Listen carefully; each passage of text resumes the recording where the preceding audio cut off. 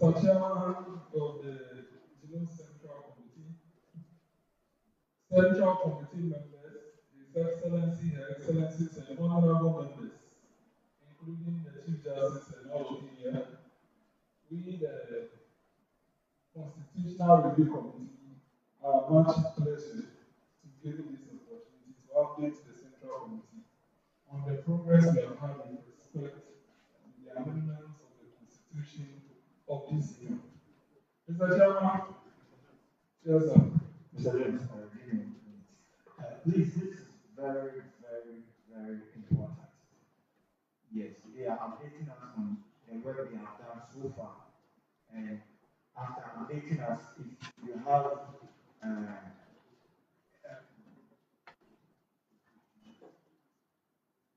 after updating us, there will be room for corrections and all that. That will be written to them, but let them present first. Thank you very much, Mr. Chairman, and also the National President.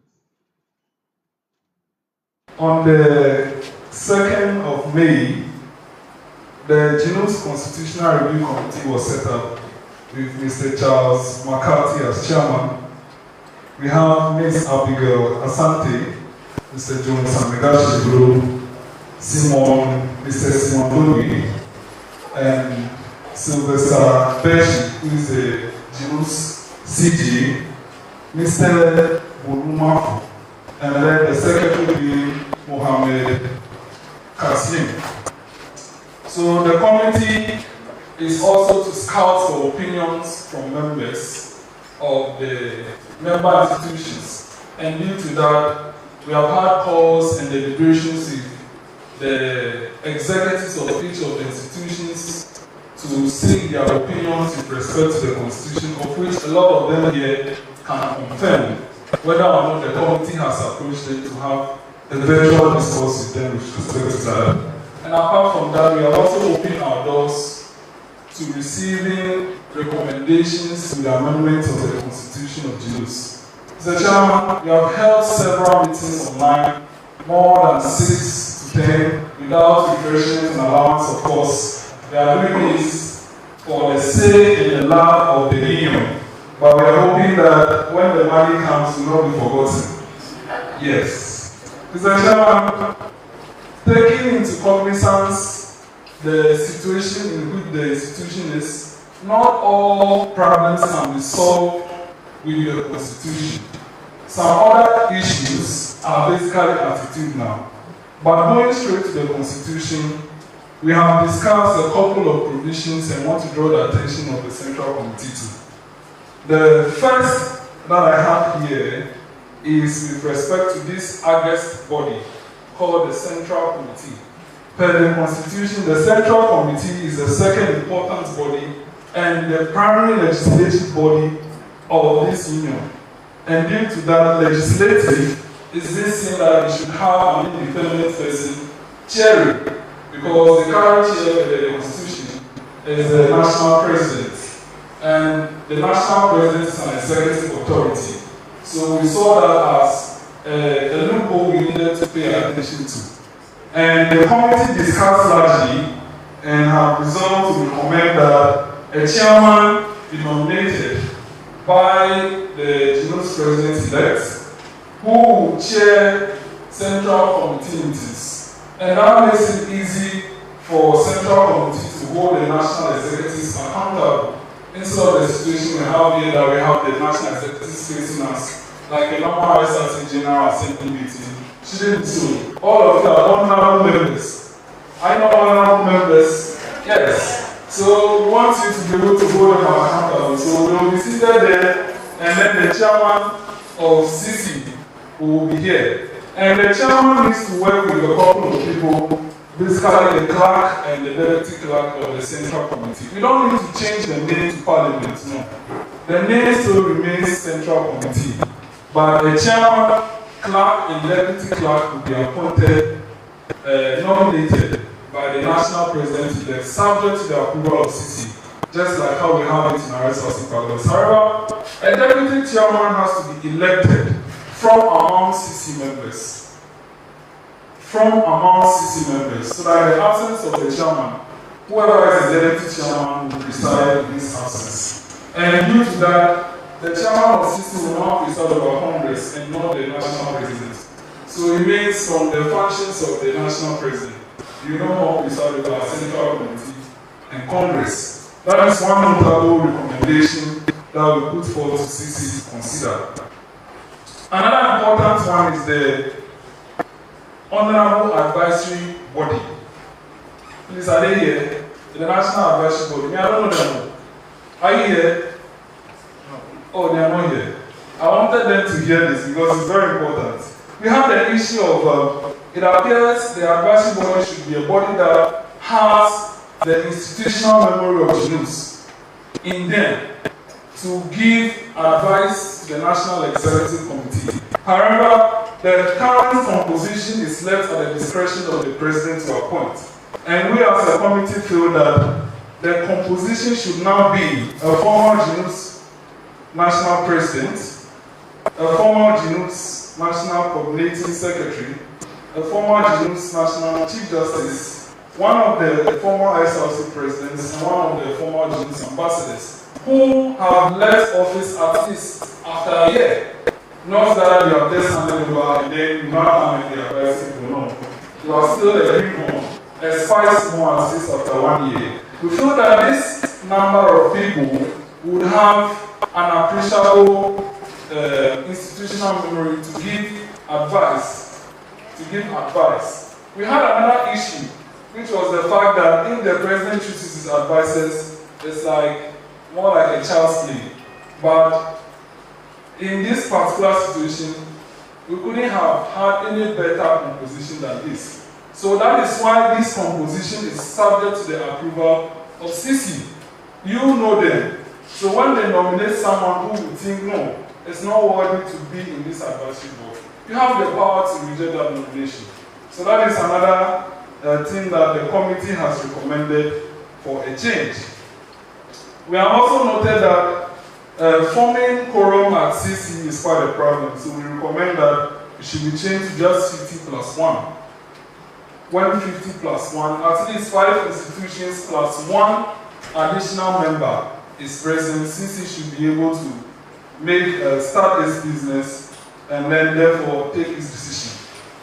Now going to another provision that we saw of interest is the portfolio of the coordinating secretary. I'm just going to be frank. I'm Jones too, but I'm just going to be frank. It appears that the CS has been left to outgoing National Executive Committee members, and it shouldn't be so. We recommend that anyone who is part of CC is qualified to be a coordinating secretary. The reason or the interpretation or the intent of the drafters of the constitution was that they felt someone who was part of NEC would be in the right shoes to be CS. But a CC member has also been around. He has seen everything. So the CS should be open to all CC members. Yes.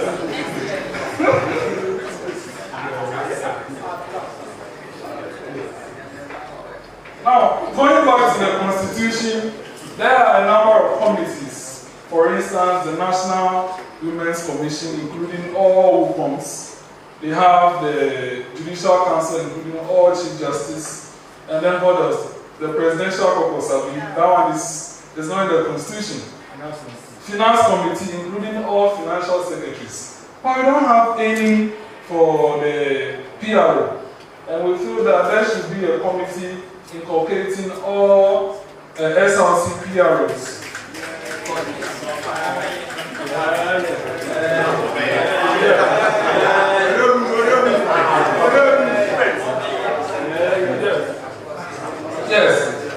Yes. So it's not like already PROs are not CC members. So anytime the institution is coming for CC meetings, bring along your PROs, because we are recommending for the creation of the National Communication Committee, chaired by the National PRO, with all SRC PROs part of it.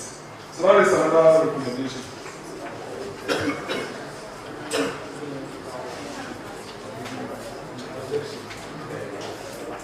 Who is working?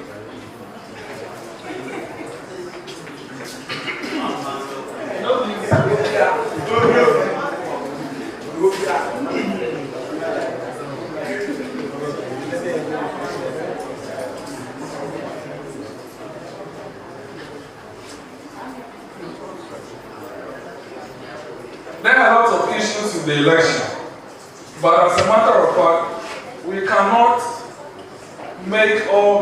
correct them all in the statutory provisions. So the first issue that we would like to correct that has to be in the Constitution is that when it comes to the election of the national president and secretary, the institution that will post them 6 months prior to that election, the NEC must go to that campus and educate all the students there and inform them that a national president and secretary is coming from the institution so that they can know GNUTS and start preparing for the election. So that we wouldn't have this election coming to Congress. Because Congress is to elect the NEC members except the president and secretary.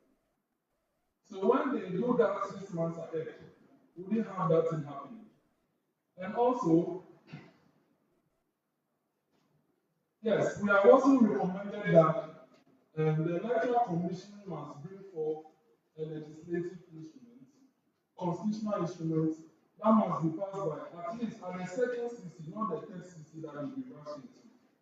At the second CC, they must bring a constitutional instrument to regulate the next election, which should be adopted at the second CC, ahead of time, so that litigation will not be a problem. Because we have GNUTS election matters going to High Court, and it shouldn't be so. Then why do we have a judicial council? Our matters must end in the judicial council, or if they need an appellate jurisdiction, an appellate chamber can be created. So when the constitutional instruments being put into the constitution has to be brought here, is passed at the second sitting.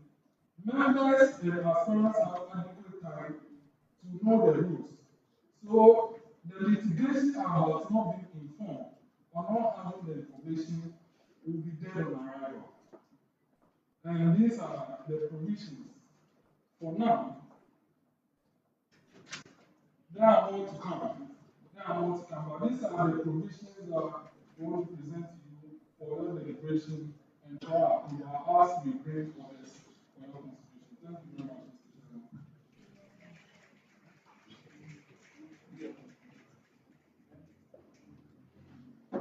Thank you very much, Mr. John.